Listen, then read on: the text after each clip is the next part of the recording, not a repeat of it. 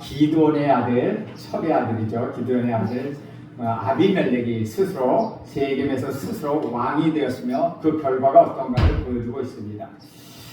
여러분, 하나님이 부재 중이시다, 하나님이 지금 계시지 않다 생각해 보셨습니까? 하나님이 너무나 바빠서 혹은 특별히 일이 생겨서 자리를 비우신 경우가 있겠습니까? 이 질문에 대한 대답은 우리 모두가 이미 잘 알고 있을 것입니다. 그렇지 않다는 것입니다. 하나님은 우리와 달리 부재 중일 때가 없다는 것이죠. 하나님은 언제나 어디서나 존재하고 계시다는 것입니다. 하지만 문제는 하나님이 부재하신 것처럼 우리가 생각될 때가 있다는 것입니다. 이론으로 배우는 것과 실제로 경험하는 것이 다를 때가 있는 것처럼 하나님이 현재 존재하신다는 것을 알고 그렇게 믿고 있지만 체험적으로는 그렇지 않을 때가 있다는 것입니다.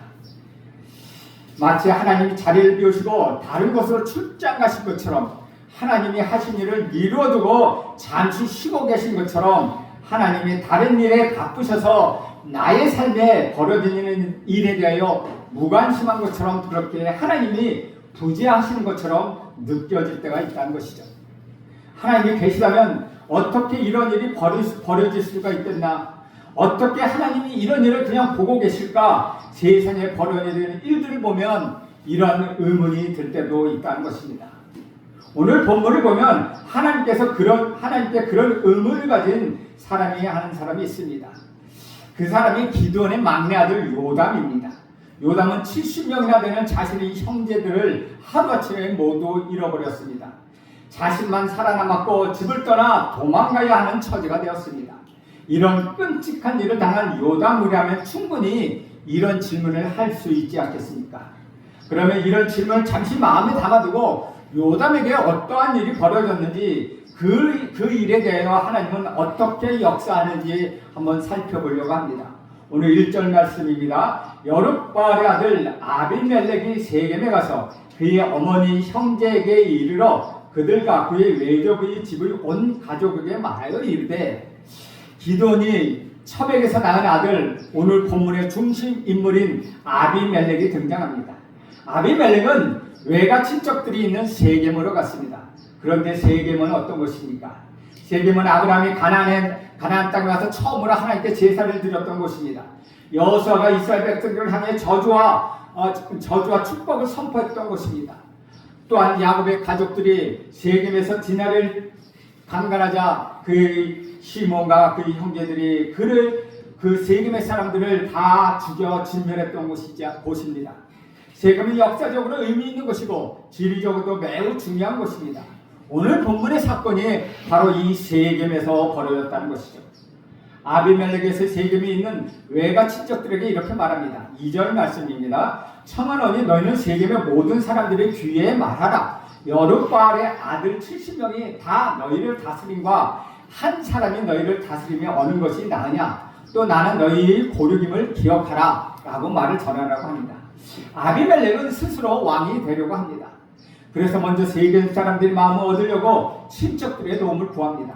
너희가 기드온의 아들 70명으로부터 다스림을 받는 것보다 너희와 너희 피를 나눈 형제인 내가 너희를 다스리는 것이 낫지 않겠느냐 라고 제안을 합니다. 자신이 혈연관계임을 부각시키며 도와달라는 것이죠. 백성의 입장에서는 자신을 다스리는 사람이 여러 명이 있는 것보다는 한 사람이 있는 것이 더 나은 일이었습니다. 그래서 아비멜렉의 외가 친척들은 그의 말을 따르기로 합니다. 그리고 아비멜렉은 왕으로 세우기 위한 왕을 세우기 위한 계획을 시작합니다. 먼저 세력을 얻기 위하여 세겜의 모든 사람들에게 아비멜렉을 말하며 그의 마음에 아비멜렉을 향하도록 그렇게 세겜 사람들을 다독이고 꼬시어듭니다. 유혹합니다. 먼저 마치 선거 유세를 한 것처럼 아비멜렉을 지지하도록 만든다는 것이죠. 친척들을 다 동원해서 자신의 출신 지역에서 근거지를 마련합니다. 이나 지극이나 인맥이라는 거 무시할 수 없는 것 같습니다. 예를 들어 만약 제가 정치를 한다고 선거에 나가면 여러분 저를 뽑지 않겠습니까? 제가 정치에 대해서 어떤 계를 가지든 어떤 공약을 받아든 우선 아는 사람이니까 저를 지지해 주지 않겠습니까? 어쨌든 아비멜렉과 그의 친척들의 전략은 성공적이었습니다. 그 결과 세겜 사람들은 아비멜렉에 대해서 이렇게 말합니다. 그는 우리 형제라. 그리고 세겜 사람들은 아비멜렉을 왕으로 받아들입니다. 이렇게 아비멜렉은 외가 친척의 도움을 얻어 세겜 사람들의 마음까지 얻었습니다. 그 후에 아비멜렉은 자신에게 방해되는 사람들을 모두 제거합니다. 누가 가장 방해가 되겠습니까? 아비멜렉의 이복 형제들, 즉 어머니는 다르지만 같은 아버지 피를 이어받은 70명의 형제가 있습니다. 아비멜렉은 첨이 자녀였기 때문에 출신의 약점 또한 가지고 있습니다. 그래서 자신의 형제들을 모두 죽이기로 합니다.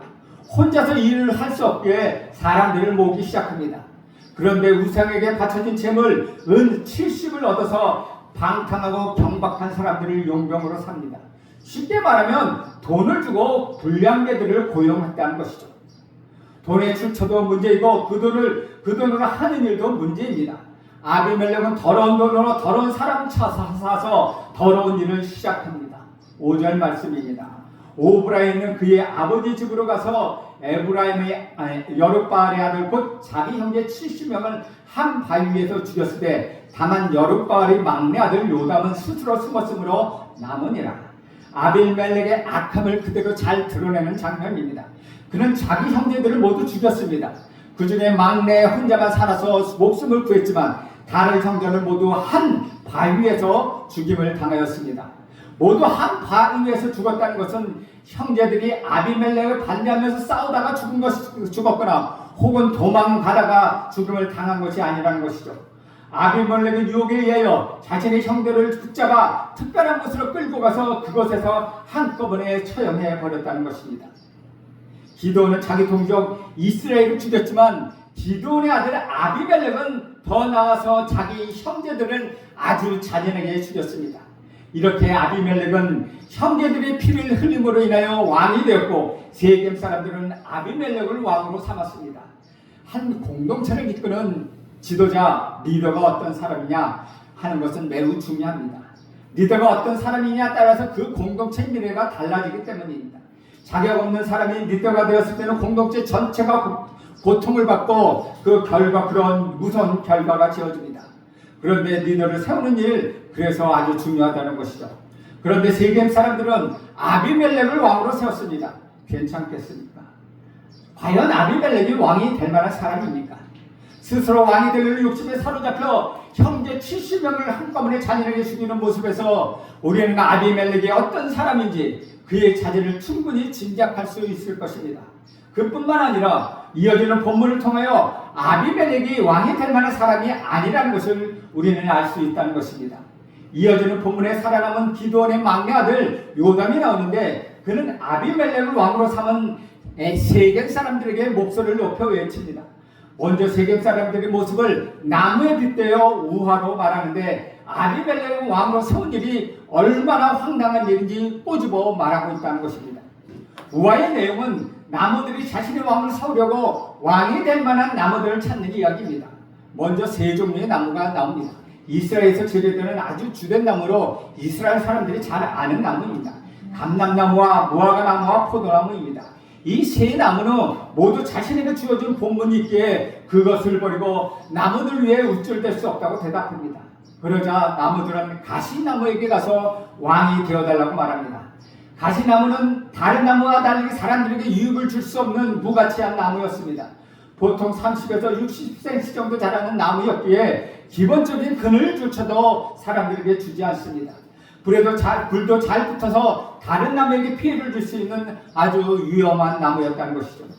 그런데 나무들은 이러한 가시나무에게 왕이 되어달라고 했습니다. 요담이 말하는 나무 이야기에서 아비멜렉이 바로 가시나무와 같은 존재라는 것입니다. 그리고 요담은 나무 이야기를 하는 이유를 이야기합니다. 정의하면 이렇습니다. 만약 아비멜렉을 너희 왕으로 삼은 것이 잘한 일이라면 너희가 아비멜렉의 통치로 복을 받을 것이다. 그러나 만약 너희가 잘한 일이 아니라면 너희와 아비멜렉은 마땅한 보응을 받을 것이다. 너희는 그에 의해 불탈 것이요 그는 너희에 의하여 불탈 것이다. 요담은 이렇게 아비멜렉과 세겜 사람들을 저주하고 도망갑니다. 지금 같으면 스마트폰으로 글을 올리며 비난해야 할 텐데 그렇게는 할 수 없어서 큰 소리로 직접 말하고 얼른 도망가야 했습니다. 그럼 이제 아비멜렉과 세겜 사람들의 사이에서는 어떤 일이 벌어지겠습니까? 요담이 세겜과 아비멜렉을 저주한 결과 큰 재앙이 찾아왔겠습니까? 하나님은 이 악한 일에 대하여 심판을 시작하겠습니까? 그것은 아니었다는 것이죠. 당장이라도 큰 일이 생긴 것 같았지만 아무 일도 없었다는 것이죠.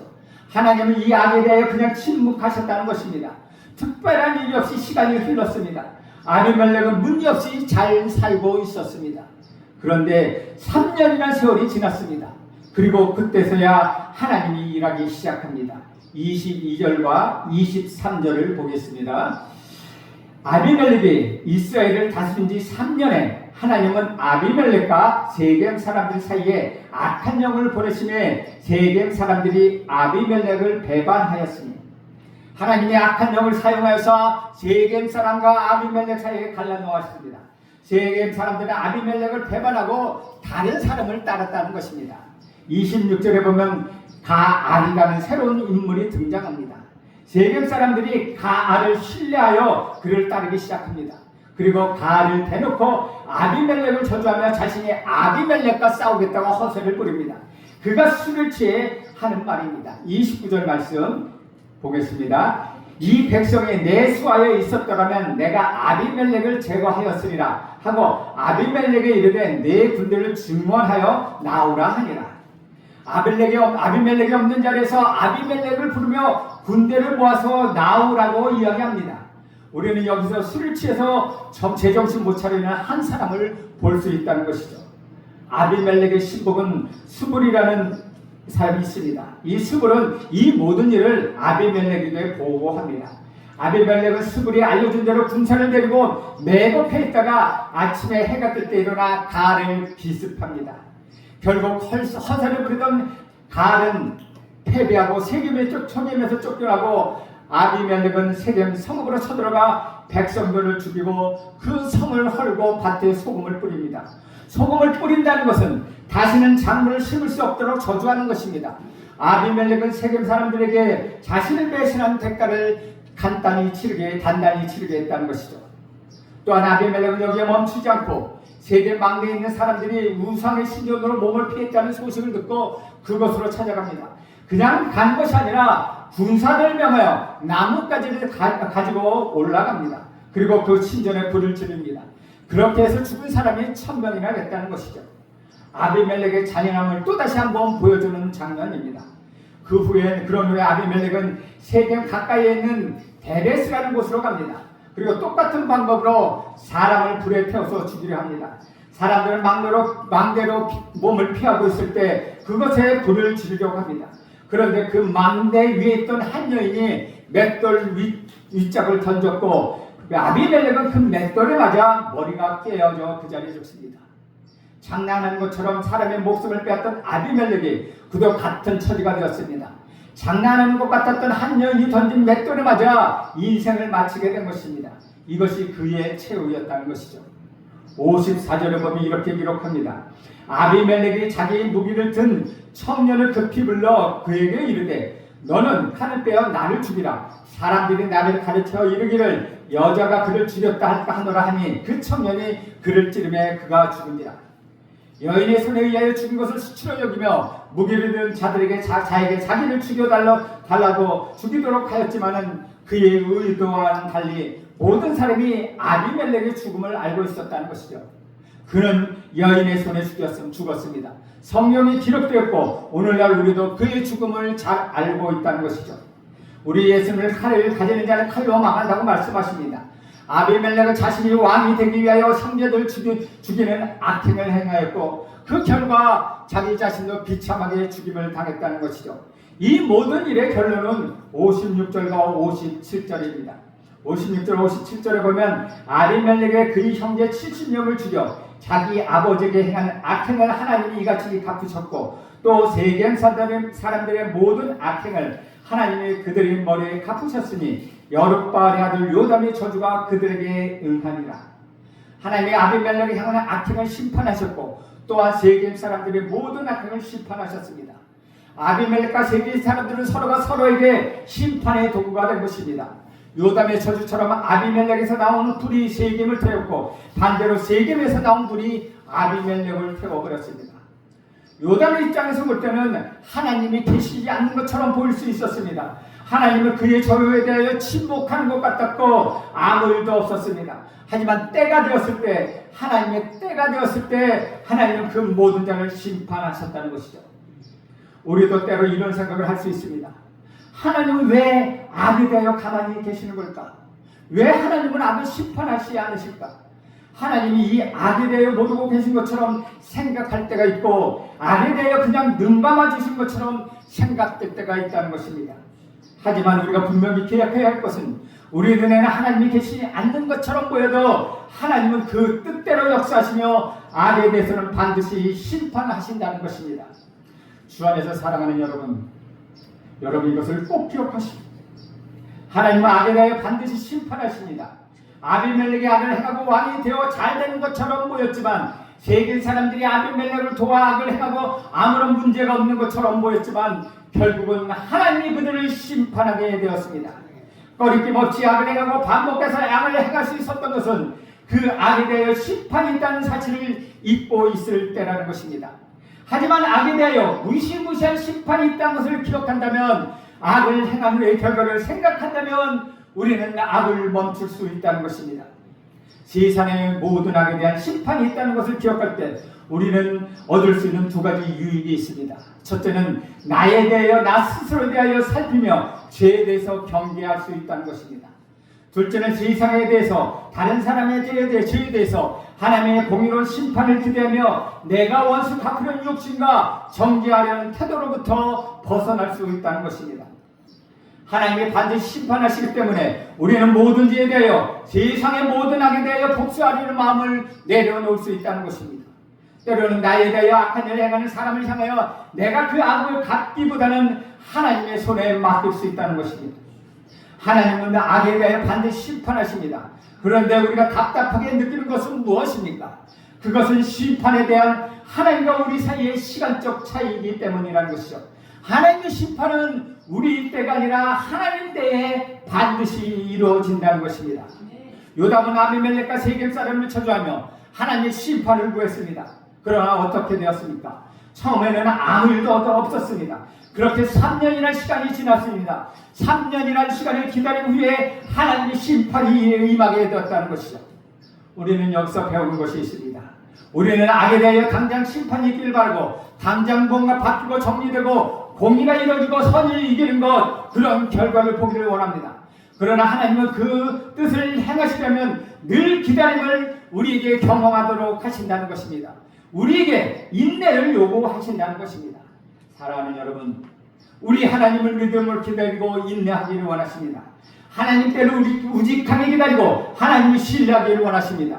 여러분이 그렇게 하나님을 바라보며 기다리며 인내한다면 하나님이 계시지 않는 것처럼 보일 때에도 하나님은 여러분과 함께 계시고 여러분과 역사하고 계시고 여러분의 믿음을 보고 계시다는 것, 여러분 이것을 기억하시기 바랍니다.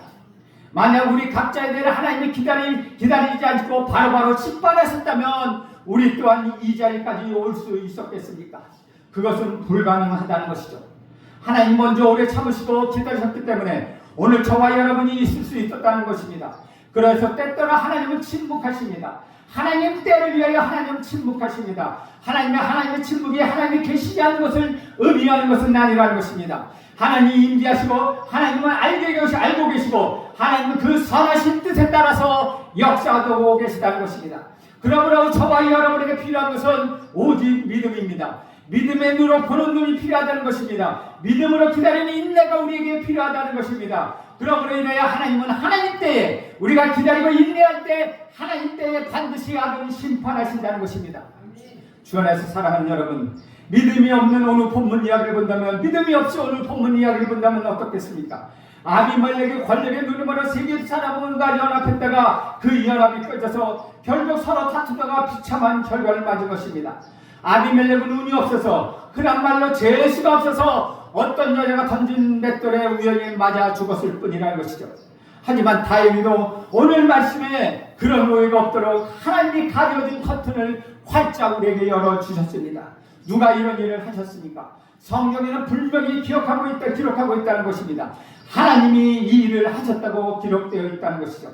사람들 사이에 벌어지는 일들 속에서 1년에 연속되는 사건 속에서 하나님은 그 뜻대로 심판을 행하시고 계시다는 것입니다. 하나님은 심판하시기 위하여 하늘의 벼락이 떨어지게 하시지 않으셨지만 한 여인을 통하여 하늘에서 맷돌이 떨어지게 하셨다는 것입니다. 하나님은 우리 인생 가운데 역사하고 계십니다.